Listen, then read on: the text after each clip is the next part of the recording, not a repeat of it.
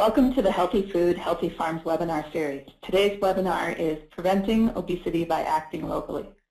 I'm Jennifer Billig with Healthy Food Action and the Institute for Agriculture and Trade Policy, or IATP. We are the conveners of the Healthy Food, Healthy Farm webinar series in partnership with the IATP Food and Society Fellows. Healthy Food Action is a nationwide effort to engage health professionals in food and agriculture policy issues critical to creating a healthier food system. To participate, visit healthyfoodaction.org. We want to thank our sponsors for today's webinar, Blue Cross Blue Shield of Minnesota and the American Academy of Pediatrics. Throughout today's webinar, we'll be taking questions from the audience after our two panelists have finished their presentations. You can submit your questions to us at any time during the webinar by using the question panel on your screen. Just type in your question and hit send. Again, you can do that anytime during the webinar. We will be reviewing the questions as they come in and ask as many of them as time allows. Now, I will turn things over to our host for today's webinar, IATP's Dr. David Wallinga. Good afternoon and welcome. I'm Dr. David Wallinga of IATP, and we are pleased to have two speakers today, two presenters of great stature, and Dr. Jim Krieger and Thomas Forster. I'm going to give a few opening remarks and then introduce Dr. Krieger. The scope and implications of our obesity epidemic are truly alarming, but it's only when today's obese children become adults that we'll fully appreciate the brunt of diet-related disease and its costs on our society. Until fairly recently, the focus has primarily been on individuals who are overweight and obese, and attempts to address their problems at the individual level, though, have been frustrating and often ineffective. So recently, focus has shifted to upstream approaches, public health approaches to preventing obesity in the first place by promoting physical activity as well as healthier eating. A public health approach to the latter has become a conversation about changing the entire food system, from food production to how it's processed, marketed, and consumed. It's really been a conversation both about healthy farms all the way down to healthy food at the grocery level. The CDC and now the Institute of Medicine are pointing out that the food system we have was not created overnight, and it will take much effort and time to change it for the healthier. What's going to be required are multiple interventions, multiple public health actions at multiple levels, from the local level to the regional to the national. Our first speaker, Dr. Jim Krieger, will discuss a 2009 Institute of Medicine report focusing on local level actions by government to prevent childhood obesity. In addition to being a member of that committee, Dr. Krieger is also Chief of Chronic Disease Prevention in Seattle's King County. Dr. Krieger? Thanks, David, for the nice introduction, and hello to everybody out there in webinar land. And I'm just going to cue up my slides right now. And it's a privilege to be able to speak to such a wide and diverse audience. And what I will do today is talk about a summary of what this Institute of Medicine report concluded, focusing on local government actions to prevent childhood obesity, and then give some examples of local governments in action across the country to show how some of the recommendations from this report are already being implemented, and then finally conclude with some early lessons learned from the work that we've been doing here in Seattle and King County about what it takes to actually carry out the types of recommendations that are included in the Institute of Medicine report. So first, why act locally? I mean, a lot of attention gets paid to federal policy, state policy, but there's also a very important arena of action for those of us who wish to improve the food system and prevent childhood obesity at the local level. Solutions, as we know, are often local. Foods produced locally in many cases, and more local production is desirable. and the ability to act exists and is encoded in local statute. Local officials have power to take steps to really make a difference in the childhood obesity rate, whether through exercising our public health police powers, our legislative powers, executive powers, and zoning and planning powers. Also critical is the fact that grassroots actions can be often most effective at the local level because that's where people feel most comfortable acting and have the social structures able to organize themselves. And there's less corporate influence at the local level because the corporations who try to also shape our food policy and health policy cannot act simultaneously, concurrently at multiple local sources as easily as they can at state legislatures or at the federal level. And finally, there's a wide variety of readiness to act around these issues across local governments and local communities. And so where local governments are more ready to act or communities are ready to move, they can set precedent and examples that then it makes it easier for other communities to follow. The Institute of Medicine convened this group to come up with timely actions that governments can take to prevent childhood obesity. And the report, as David mentioned, was released in 2009. The committee members represented a diverse cross-section of academic disciplines and interests, as well as people from the public sector who actually implement this work, such as Peggy Beltran from Cascade County in Montana, or myself from Public Health in Seattle and King County. We had a great chance to review much of the literature and to come up with what we thought were the best guesses as to what would be most successful in moving forward this agenda. The assumptions that we used were that children and parents need to make healthy environments in order to make healthy choices. However, many children live in places where the unhealthy choice is the easy choice, or the only choice they have.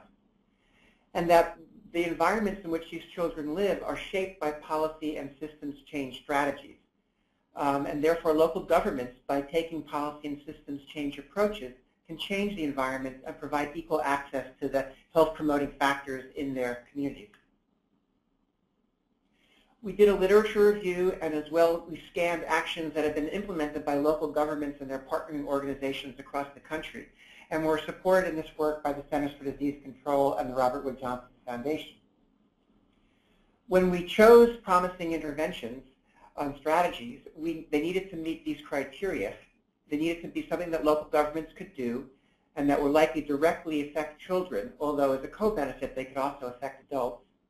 And they need to be focused on children's food or physical activity environments outside of school. So you'll notice there are no school-based recommendations because a previous Institute of Medicine report covered that topic. They need to be actionable based on capacity as a local government, so they need to be things that were feasible for local governments to do. And ideally supported by evidence, but where evidence is lacking and limited, which is in many cases in this rapidly emerging field, there needs to at least be a logical connection with healthier eating or increased physical activity from a logic model, an epidemiologic model, or some other way to have a rationale for recommending this type of intervention. What I'll do now is focus only on the aspects of the report that deal with healthy eating. If you want to see the full set of recommendations that also deal with physical activity, a summary of the report is posted on the website, and also the full report is available at the Institute of Medicine.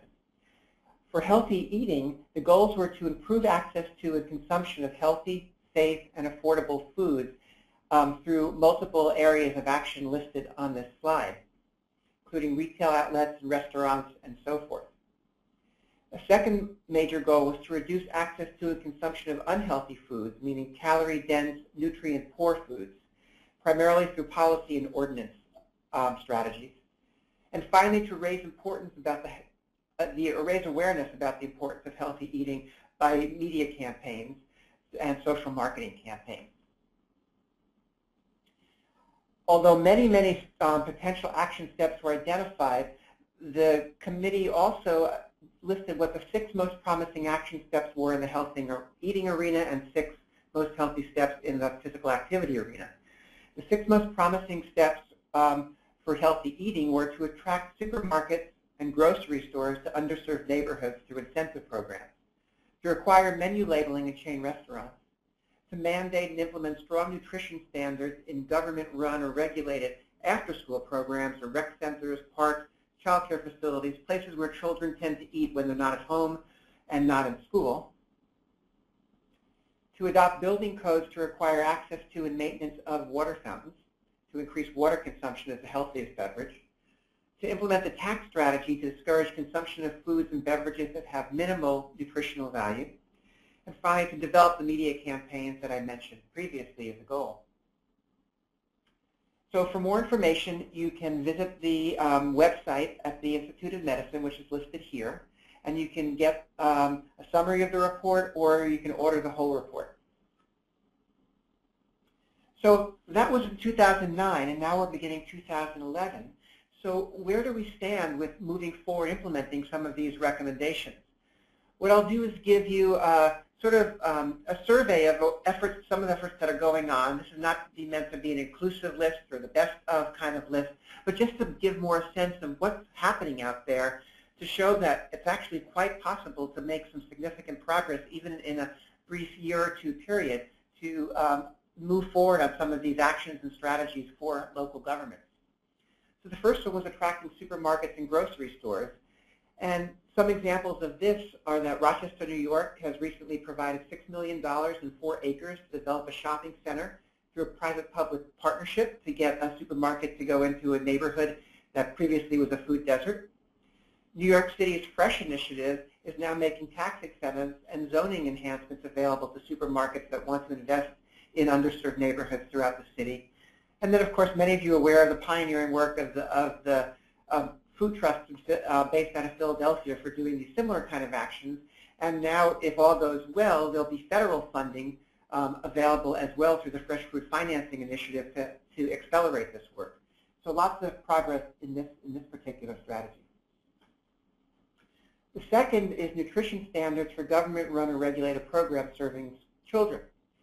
Again, in New York City, its Board of Health has actually removed beverages with added sweeteners and set up criteria for other beverages that are served in licensed daycare facilities, such as the content recommending 100% juice in limited quantities, milk, and water as suitable beverages.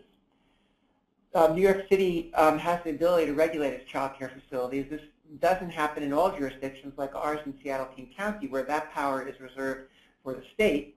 But our Board of Health is developing guidelines to urge voluntary compliance by child care providers, and also to move the state process along to adopt more progressive standards and requirements for child care providers. And what particularly we are looking at is going beyond nutrient-based criteria such as percent of calories from fat or saturated fat to criteria that emphasize unprocessed and whole foods, and when possible, local foods. Los Angeles and also Baldwin Park in California have set nutrition standards for meals, snacks, and vending machines at city-sponsored programs and city facilities that serve children and youth, so trying to adopt healthy vending machine policies. The third area is menu labeling. We've seen a lot of action there in the last year and a half. When the Institute of Medicine was working on its report, menu labeling was happening at the local level and at the state level. And actually, adoption and implementation only occurred in 3 communities: King County, Westchester County, New York, and 4 rather, New York City and Philadelphia, with New York being the first. As a result of all this activity of implementing menu labeling in chain restaurants, which would require restaurants to show calories and other nutrition information about the products they're serving at the point of purchase, menu labeling was included as an activity in the Affordable Care Act and is now a federal requirement that will go into place in 2011. The federal requirements now apply to chains with 20 or more sites across the country, including drive-through, self-service, and in a new twist, vending machines. The information at the restaurants needs to include calories, what the daily recommended calorie intake is for an average person, and notification that other information such as on fats and sodium is available in writing on the premises. This preempts state and local regulations unless these regulations are harmonious and in sync with what the federal regulations are. The federal regulations will be due out in March of this year, so just in about 2 months from now. And then there'll be another year process to go about discussing, debating the regulations until final regulations are issued in March of 2012 at this point. Another strategy that was prioritized was using policy to make unhealthy foods less affordable through taxing mechanisms, and which would discourage these.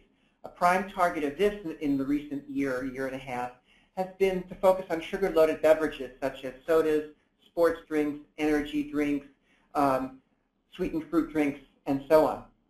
What we know from the economic literature is that for every 10% increase in the price of soda, consumption drops by about 10 to 12%, and a penny an ounce tax would decrease consumption by at least 7 to 10%. Most importantly, we know that support for these kind of taxes goes up significantly if the revenues that are generated by the tax would support childhood obesity prevention activities at the state or local level where these taxes are implemented. And at this point, given both the budget crises that are facing many state and local governments, the growing awareness of the obesity epidemic, and a growing awareness of the fact that sugar-sweetened beverages are one of the primary contributors to childhood obesity, dozens of cities and states are going to be considering a tax in 2011, and we would hope that at least one or two of them would actually have success in passing a tax and set the precedent for other cities to follow. The final recommendation is around media campaigns to promote healthy eating and active living. And again, one example of the kind of campaigns that are actively gearing up right now is education campaigns about sugar-loaded beverages. So across the country, there have been examples of cities and counties encouraging people to take a soda-free pledge for a day or a soda-free summer. There have been web-based videos that are out there, two of which have come from King County and New York. Pictures from them are shown on the pictures on the slide, and you can access those at the websites listed below. These really try to make the point that consuming soda is really like consuming 17 packets of sugar in your 20-ounce soda, and that this then gets converted into fat by your body. So in effect, your liquid calories you're drinking are contributing to obesity. There are television, radio, and transit ad campaigns gearing up, corner stores and laundromat-based campaigns, text messaging, and other social media. So if you want to find out more about what some of these campaigns are, they have been launched in New York, Philadelphia, and Seattle, and you can go to those websites and see what those campaigns look like. Adopting building codes to require access to and maintain water fountains. I've heard less activity in this arena, although Portland and Multnomah County in Oregon are working on upgrades to school water fountains and promotions to encourage students to drink more water. It's important, though, to make people aware that there are alternatives to drinking less healthy beverages, and then to make those healthier alternatives, such as water, easily available to people. Some other strategies that were not in the top 6, but which are being widely implemented, I thought I would just mention briefly here. The Healthy Corner Store movement is growing and spreading. In Philadelphia, with support from their federal stimulus dollar funds, have recruited nearly 500 corner stores to their Healthy Corner Store effort, and 10 are already online with mini grants for improving shelving and refrigeration so that it's more attractive and more feasible to sell produce at these stores. In San Francisco, the city and county have adopted incentives for restaurants, markets, and corner stores to carry healthy products, like giving them energy efficiency retrofits, cooperative buying agreements to bring the cost down, and so on. And in Seattle and King County, again with help from our stimulus fund, 20 corner stores are in the process of getting linked up to local farmers and produce distributors so they have an easy source to access healthy produce. And we're helping them develop marketing plans, purchase refrigeration, and display space. Another area which seems like it's moving forward rapidly is the procurement arena. And by procurement, meaning that local governments are big purchasers of food and can influence the food purchased by folks they in turn contract with. So local governments are developing healthy food standards for vending machines, for food served in community-based programs, food served at meetings, and actually also offering incentives for their contractors and others to buy locally produced foods. Another arena where procurement has great promise is institutional procurement. So hospitals and schools and other large institutions have a lot of purchasing power and can also, through their purchasing decisions and policies, influence how healthy it is, the food that people who eat at their facilities have access to.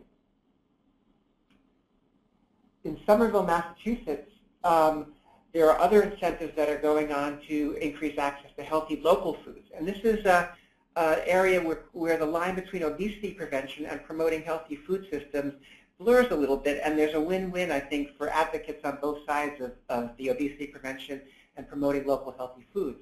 So Somerville, Massachusetts has implemented a culturally appropriate farmers market and incentive programs so WIC and food stamp beneficiaries can use that market and help the vendors figure out how they can help low-income folks purchase at their markets. Philadelphia has opened more farmers markets in low-income communities and more on the way in the next year and a half. And they have an incentive program for food stamp or SNAP recipients to get a coupon worth $2 for every $5 they spent at the farmers market. In King County, we're doing similar work, and by the end of this year, we hope that almost 40,000 WIC participants will have more access to farmers markets through these types of activities. Another area not included in the Institute of Medicine report, but that is widespread, is school nutrition, and particularly working on a number of activities to increase the access to healthy foods. I don't want to go into this in detail because it wasn't part of the Institute of Medicine report, but just wanted to mention that it's still a very important area of work. In planning and land use, a number of communities are moving towards incorporating healthy food into local comprehensive plans. So the King County Board of Health has issued guidelines which we anticipate will be part of then the local comprehensive planning process to make sure that these plans include elements like a robust farm-to-table food chain, preservation of farmland, healthy food outlets, and transportation to healthy food outlets as part of any kind of planning. Philadelphia has done similar work of getting these kind of things put into their comprehensive plan. So I'd like to end this presentation with just 4 or 5 emerging questions and issues that have come up as we do this work for us to consider as we move forward. One is that it's important to understand that changing these kind of systems and environments is long-term work. It takes 5 to 10 years to really show changes in behaviors and access to food and obesity rates. But it's important also at the same time to show some early wins to show that at least we're making a difference. Public health has had to retool and get some new capacities for doing this policy system and environment or PSE change work. And so it's required us learning new skills and then also sharing these skills with our partners because it's new for them as well. So moving from a framework of focusing on services and programs for individuals to changing systems and environments is important to develop skills in policy development, systems building, community organizing, campaign implementation, advocacy communication. And so I think paying attention to that will help our movement grow. The question then becomes, well, how do we do all this work? Where are resources going to come from? As I mentioned, the stimulus funds through the communities putting prevention to work has been catalytic in making many of these activities happen across the country in the last year. And the Affordable Care Act, which contains funding for a Prevention and Wellness Trust Fund, is a key thing for us to keep our eye on and support the inclusion of public health and prevention funds, because this is what's going to support this work throughout the life of the Affordable Care Act, and particularly the next step of community transformation grants, which will spread to every state in the union, we hope. The ability to do this kind of work is important. So it's important to keep an eye on this and support this as this makes its way through Congress in the coming year. Local taxes and levies can support this kind of work, and federal spending and incentives such as those embodied in the Farm Bill can support this kind of work. The third issue that's critical is that the food system is complex, and changing the kind of food that's available to our kids is complex, and therefore cross-sector partnerships and defining each of our roles respectively is really important. There are many interest groups that intersect, whether they're health promotion groups, good food advocates, local food advocates, hunger advocates. We have to find our common ground and come up with a common set of vocabularies and figure out how to work together on some issues that we find common purpose on as we move forward on this. And another key issue that has come up is what's our relationship with industry, with some people espousing that working with industry really increases our leverage, a la what Walmart has recently done in terms of increasing access to healthy foods in its stores, versus others who think that industry cannot reliably be partnered with because there's an inherent conflict of interest in working with industry who needs to maximize its short-term profits rather than the health of the community. Not an easy answer to that question, but a key question to talk about. Another key issue that's come up for us is that we have to take some focus and we can't do everything. Choosing the right number of strategies is going to be critical. Too many and we get diffuse. Too few and we won't have the synergy and impact we need. And we also need to take risks. We need to get out of our comfort zone of providing education and really become advocates, both by recruiting top-level officials and decision makers in our communities, as well as engaging communities to mobilize to hold those officials accountable for making the right choices. And we need to do this carefully in the constraints of federal and foundation funding that support many of our efforts.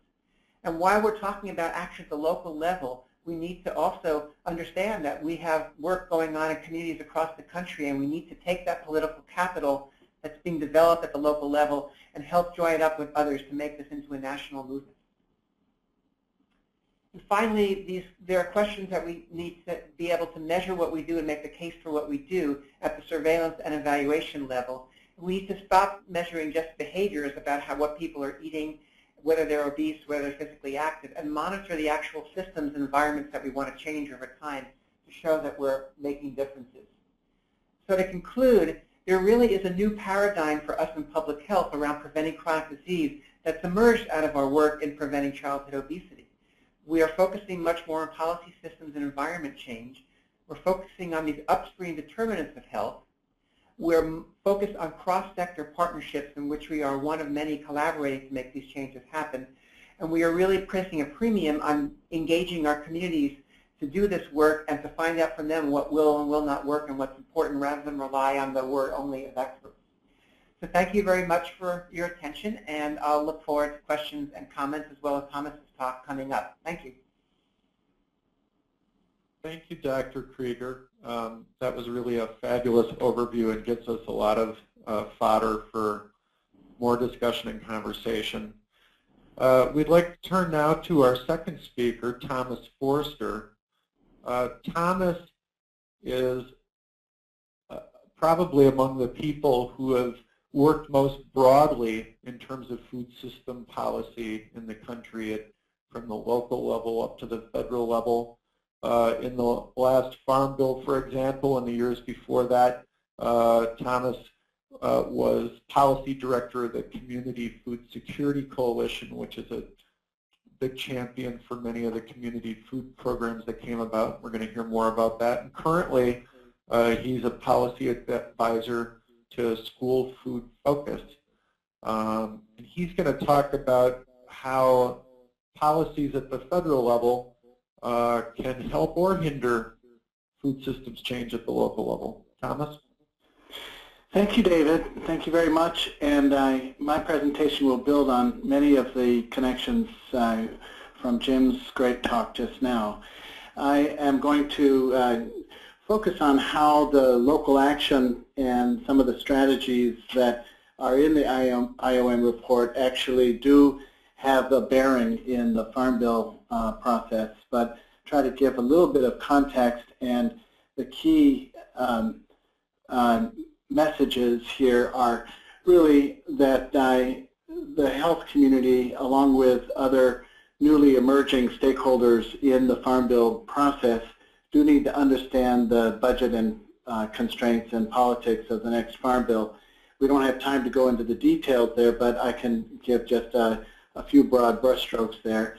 It's also equally important to recognize that there are currently some very important administrative initiatives supporting local and regional food systems, healthy food access, and some of the policy and food systems environment changes that Jim just spoke about. There are some small but critical precedents, and some of them are not really so small, in the last Child Nutrition Reauthorization and the last Farm Bill, that do have an impact on obesity from a food systems level of intervention. And as Jim said, there are broad new multi-sector coalitions that are in cities and states that can indeed link the messages that both farmers and consumers value and support. And I'd like to present, there's a kind of half-empty, half-full glass on where we stand now. The country has the highest levels of hunger and obesity ever seen. We have a rise of rural and urban food deserts. record enrollment in federal food programs and enormous political challenges to address the healthy food access issue in a systemic fashion. And as Jim said, it is really a 5 to 10 year horizon that we need to be thinking of. Meanwhile, there are all kinds of innovations occurring around the country. And we have among those implementation of new Farm Bill and child nutrition policies that cities and states can take advantage of, that in turn will continue to help build those coalitions and partnerships around what I would call a new food federalism in the current administration, which is thinking and working differently on many of these issues. By food federalism, I mean the charge and flexibility to local authorities and their partners to make the changes at local levels. The connections to make here include connections across levels because, as many of you know, I'm sure the programs at local levels do depend heavily on pass-through funding from states and from federal agencies. So the new collaborations around the Healthy Food Finance Initiative, regional food hubs, Great Regions initiatives, and various other programs that the U.S. Department of Agriculture is involved with are very important for the health community to get engaged with. Plus, there is a new horizon both in the science and in the practice of connecting human and environmental health in the food system. And there are a number of areas in which that needs further support, and both from a scientific perspective, but also in the development of programs and collaborations. And one of the aspects of this that I find the most exciting is the linking of market systems with public food systems. Jim mentioned procurement as one example, using federal nutrition dollars in various kinds of programs, and I'll have a case study around the school food procurement initiatives at the federal level. And then we also know that the Farm Bill is a complex piece of legislation. It has 15 titles. I'm sure many of you have seen the list of the titles. More than half of these have very important health-related components to them, not just the nutrition title, which nutrition educators and public health community members have been very involved with in the past, but also in the commodity programs, conservation, even rural development, which has now a new set-aside for linking underserved markets with underserved producers, research, of course, and even the miscellaneous title, there are many programs that are important there to highlight, and we'll look at just a few of them. Overall, the nutrition programs have grown to be the largest share of the Farm Bill. And now in new Congressional Budget Office projections, we're actually looking at 10-year projections for food stamps, now called SNAP, that amount to $700 billion over the next 10 years. And a record number of U.S. citizens enrolled in the SNAP program, so that as of the last CBO projections, the nutrition portion of the outlays in the Farm Bill, the nutrition programs, are actually more like 75%. Commodity, conservation, and other titles, though, are not projected to grow as much as the nutrition programs over the same next 10 years, according to CBO projections.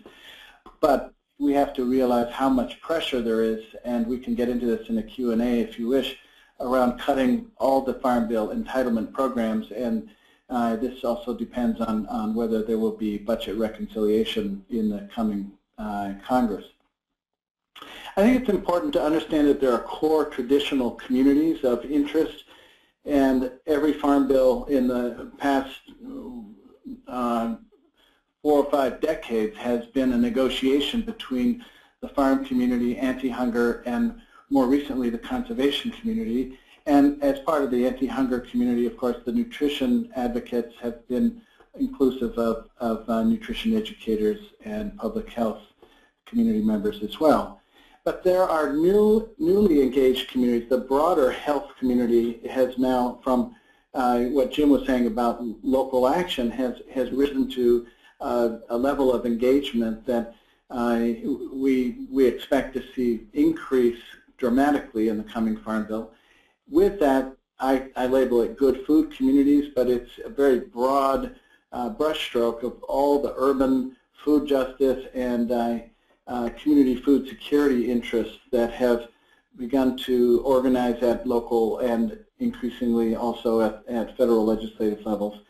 And then local and regional governments who have not been as engaged in a whole food or farming systems perspective are now more actively involved and expected to come out with municipal and state and even regional platforms for the Farm Bill over the coming year.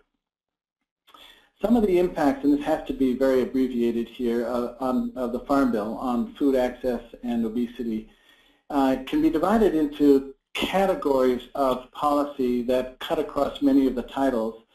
And I'll just list this typology of 4 different kinds of policy. First are innovation grants and technical assistance programs, such as the recent growth of the Fruit and Vegetable Snack Program, the Specialty Crop Block Grants, Community Food Projects, the Nutrition Pilot Programs for SNAP and Healthy Food Enterprise Program, and there are others that are in some cases quite small but very catalytic and important to local action.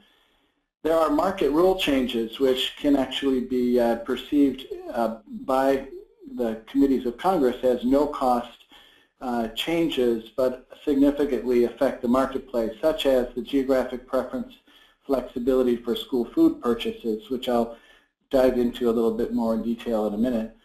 Policy reforms within existing programs are similarly low and sometimes no-cost shifting of existing baseline resources, such as in the last Farm Bill, the set-aside I mentioned in rural development, business and industry loans.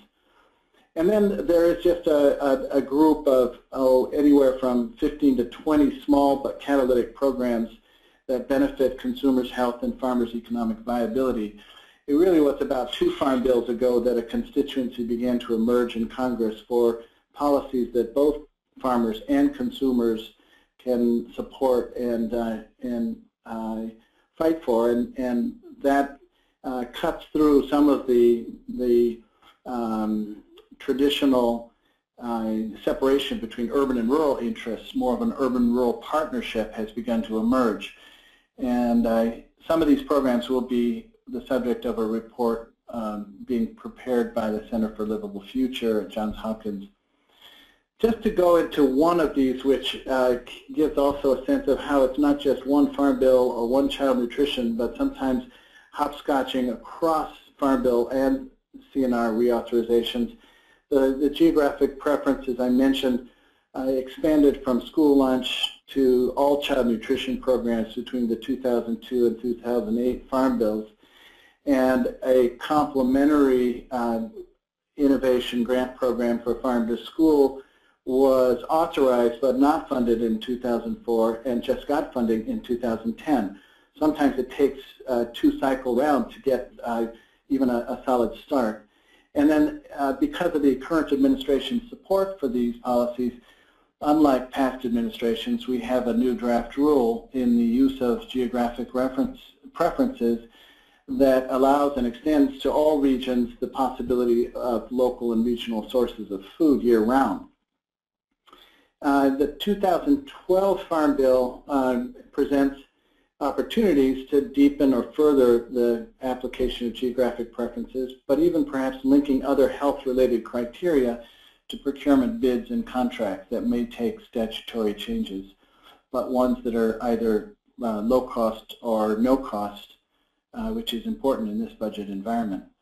I think it's important, as I get close to concluding here, that that health professionals understand the realities facing U.S. farmers and connect that to obesity in ways that are not perceived as anti-farmer, which can easily happen at the national level of the politics of the Farm Bill. But certainly we can agree, most of us, that farmers do need to increase the supply of fruits and vegetables, and there are certain obstacles in the Farm Bill to doing that. The politics of the Farm Bill make it essential to work with the farm community and with the anti-hunger and conservation community as well and find overlapping common priorities. Understanding that it is urban votes, especially in the House, that are critical to pass the farm bills, but that so much of what matters to rural America is in the farm bill. So it's important to try to develop messages of urban-rural partnership as we go forward. Because of the record costs of the nutrition programs and the pressure to cut entitlement programs and the confusion about this, it's going to be very, very tough. However, taking the long view again, in the last farm bill, the public health community did play an important role for a small number of critical programs to the local food environment. I can go over that list, but some of them I've mentioned, the Healthy Food Enterprise Program, Urban Food Enterprise Program, the Food Desert Study, the expansion of the fruit and vegetable snack program, and a number of others saw mixed representatives of health, anti-hunger, conservation, food systems, and business interest in the same meetings, many meetings, in fact, towards the end of the last Farm Bill. The next Farm Bill, we're seeing an even greater opportunity for health interests to join good food movement and local authorities to share messages with those traditional stakeholders and bring that to the ag committees, as difficult it will be in this current Congress. Just in a little bit more specificity here, in the last Farm Bill, a similar message was resolved for U.S. Conference of Mayors, National Association of County Governments, and Conference of State Legislatures that shared positions on geographic preferences, specialty crops, and other health-related issues, very specific issues that then all the government affairs representatives of those associations took to the Hill. And these groups can do that again, and in parallel with coordinated media campaigns and the health community helping to even work on local and state platforms, these can actually make a big difference in the coming Farm Bill. So with that, I will conclude, and even though this is an image of the federal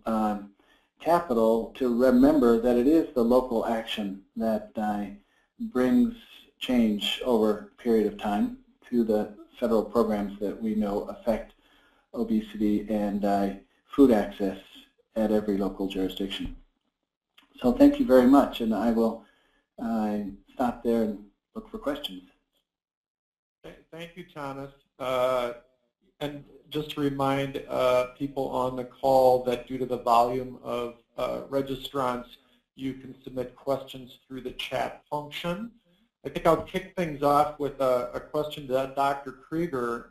It seems like there's a few places like Philadelphia, New York City, Seattle, San Francisco where there's some really good examples of leadership, and I wonder if you could characterize sort of where those leaders are coming from. Do they tend to just come from public health departments? Are you seeing individual health professionals get involved or sort of being instigators of change? Or how would you describe it for given the varied audience in this call?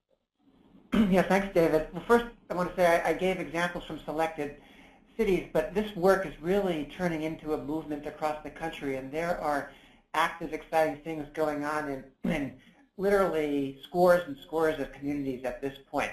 So I don't want the big cities to kind of be viewed as the only place where this stuff is happening, because it's really an incredible movement that's about to gel, I think, out there. But the leadership, I think, in my observation, has been coalescing of leaders across multiple sectors, all of them doing good work and now are finding common cause. So, for example, in speaking locally from Seattle, there has been a vibrant food movement, local agricultural movement, anti-hunger movement that preceded the increased attention on childhood obesity, and those sectors and movements had a great leadership.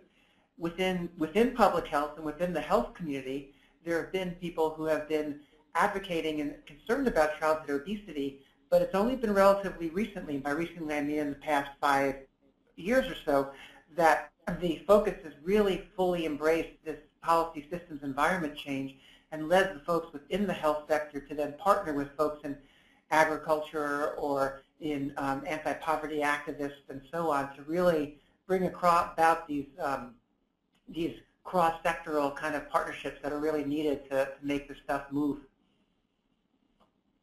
So I think this is important. What I'm hearing is that to some extent using this PSE model, the policy systems and environment, you're actually able to bring together groups like anti-hunger groups and anti-obesity groups that sometimes have approached things from a different perspective.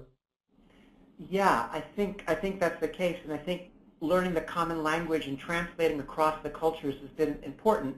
And there probably will be areas where groups, the different sectors will disagree, and that's fine, as long as we can also find areas where we agree, which I think are the bulk of the important things, and then we can mobilize our respective constituencies and use our respective political capital to move the agenda forward. One thing I'd like to mention while I got the podium here is I just noticed a message that Eduardo Sanchez has joined our call. And Eduardo was the chair of our Institute of Medicine committee and did a great job in keeping us focused and coming up with what I hope is a very valuable product for us all. So thanks, Eduardo, for joining. Jennifer, do you have other questions that are coming in over the line? If not, I've got other questions that I have too, or the other panelists.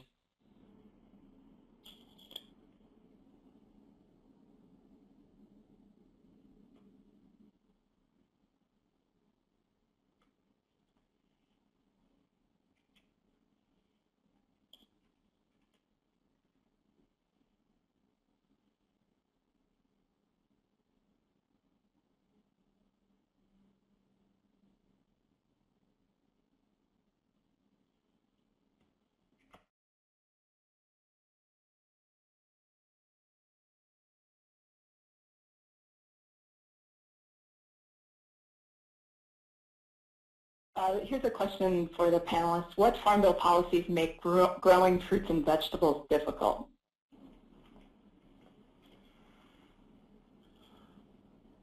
Jennifer, I can answer that to begin with, and maybe Jim would have something else.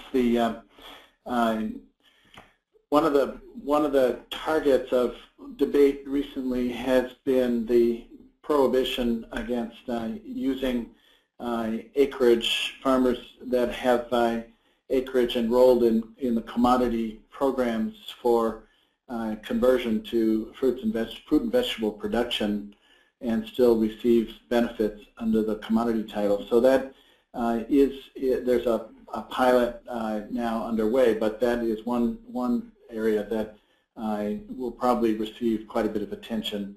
I think the biggest current problem is really one of infrastructure in developing short supply chains in all regions, where the emphasis has been on longer distance supply chains, and so the processing infrastructure, which can be supported in part of the farm, especially in the rural development title of the Farm Bill, is something that can be increased in the direction of short supply chains. So those are a couple of examples.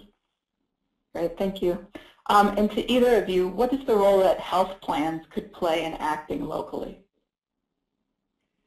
Tom, you want me to take a first crack at that? Sure. Okay. I think that's a good question because the health plans are a major player and will be increasingly so with the Affordable Care Act as we move towards accountable care organizations.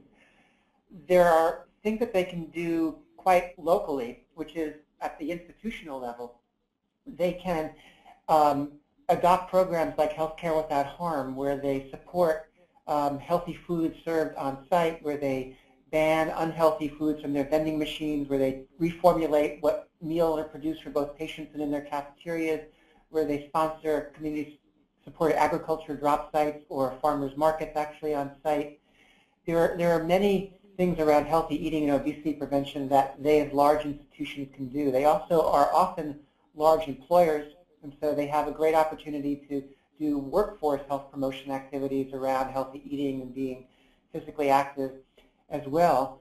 And then they also tend to be influential politically, particularly the state legislature or, depending on the plan size, even at the federal level, and to have them understand where policy and environment can change policies and environments, and then have them line up their support on behalf of some of the work we're doing, say around the Farm Bill, would make them very useful allies at that advocacy level.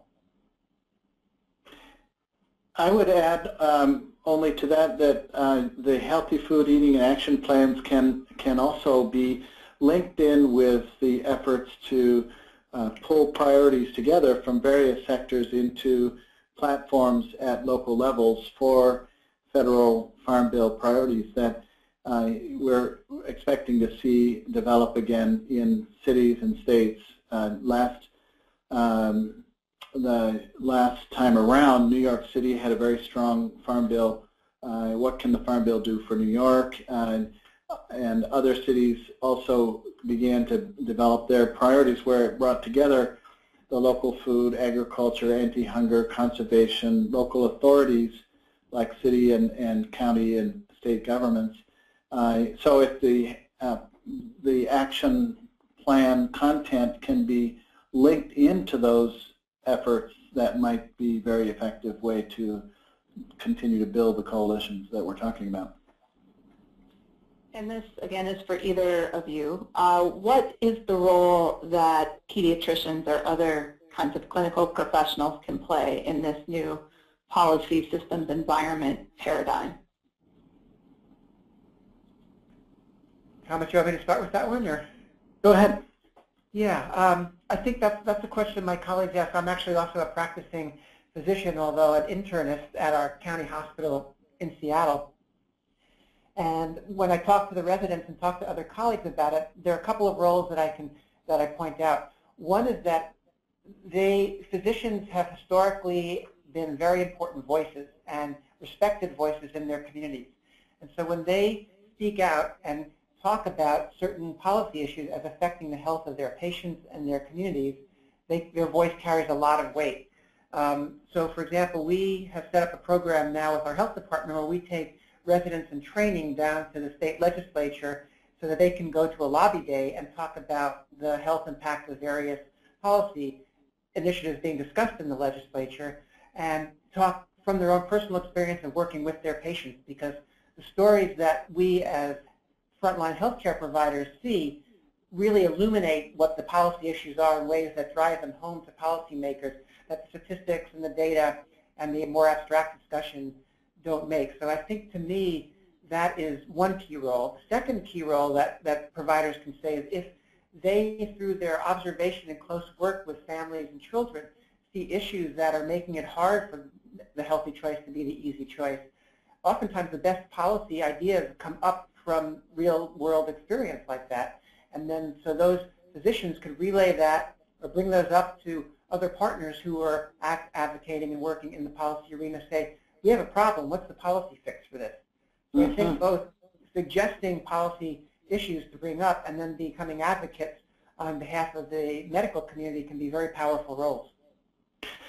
I completely second that, and I remember, I think, David, well, you were involved with this even in the last Farm Bill. There was a sign-on letter of physicians and doctors in the process on a sign-on letter that went around to all congressional offices in the last Farm Bill that really did carry weight. And as you say, at the local level, I think that being on the front lines, I'm not a physician, but my primary physician is actually very involved with a task force in northern Manhattan working on obesity intervention, and is quite strong when it comes to looking at new business models for really bringing higher volumes of healthy food into East Harlem. So I do think on both counts that's very true. Can either of you speak to specific tools or tactics that are exceptionally effective in getting the attention of local policymakers in your experience?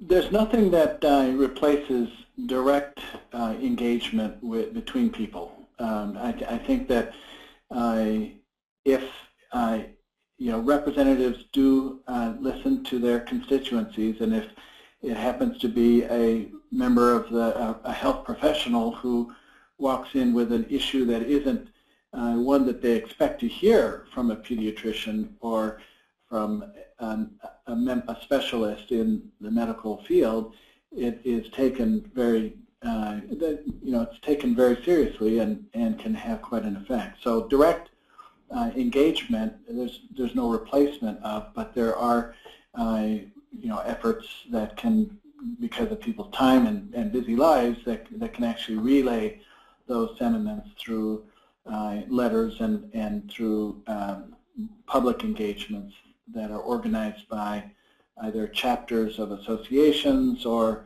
by local community groups where health professionals are invited to address the issues in public. Yeah, I think. Great, thanks, Tom.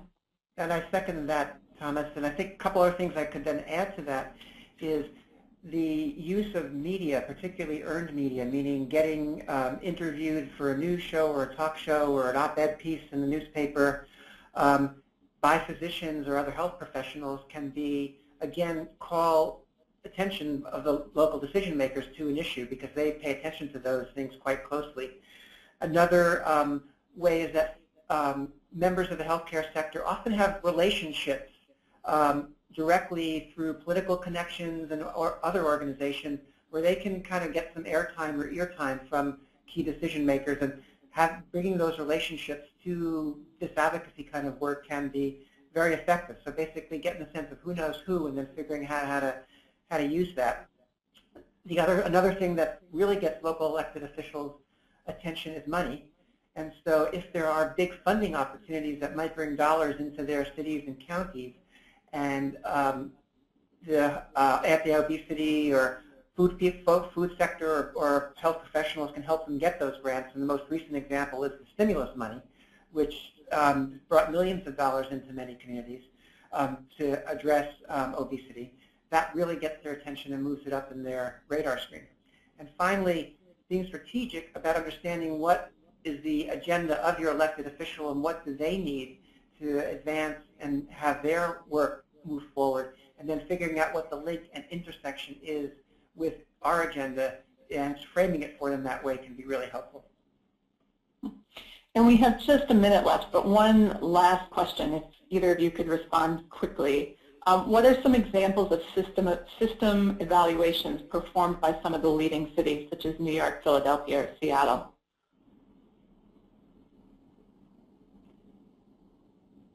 Do you want me to try to take that one, Thomas? Sure. Yeah, I think if I'm understanding the question correctly, it's, Jennifer, it's what kind of systems evaluations have taken place, not the cities. Right, by cities.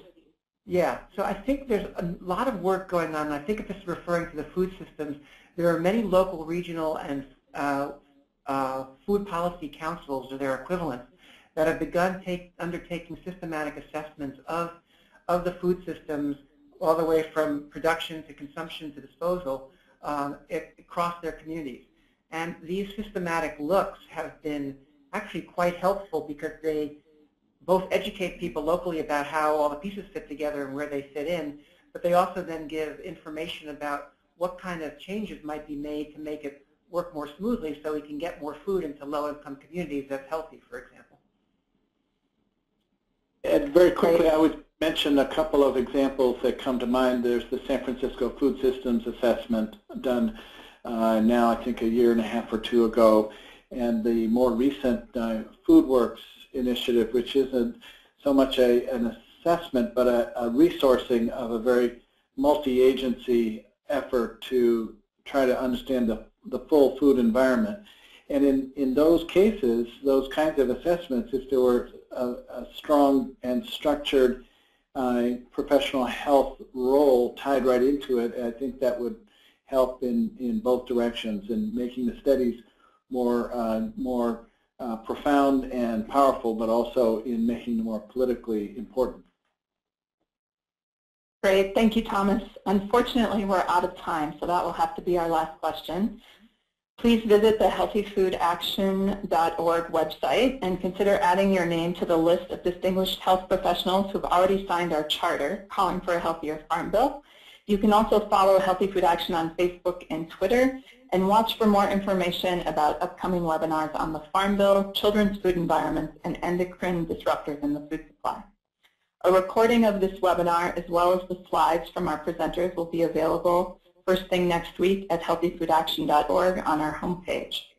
I want to thank Dr. Krieger and Thomas Forster for presenting today, and thanks to all of you for joining us. Until next time.